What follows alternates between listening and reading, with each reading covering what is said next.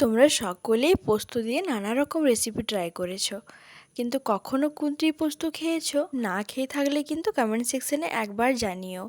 এটা হলো আমার দিদার কাছ থেকে শেখা, খুব টেস্টি হয় খেতে। তো চলো আজ সেটাই শেয়ার করি কিভাবে বানালাম।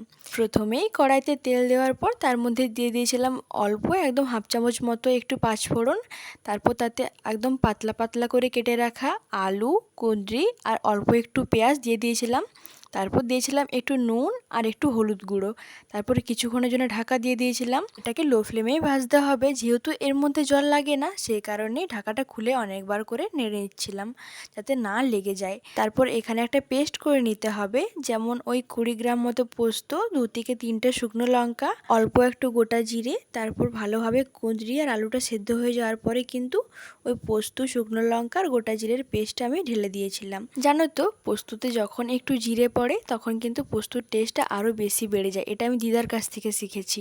তারপর বাটিতে যে পোস্তটা লেগেছিল সেটাতে একটু জল গুলিয়ে তার মধ্যে দিয়ে দিলাম। এবার জলটা শুকিয়ে এলেই কিন্তু রেডি আমাদের কুঁদরি পোস্ত। আমার দিদার হাতে সব রান্নায় ভীষণ টেস্টি হয়, কিন্তু তার মধ্যে এটাও একটা।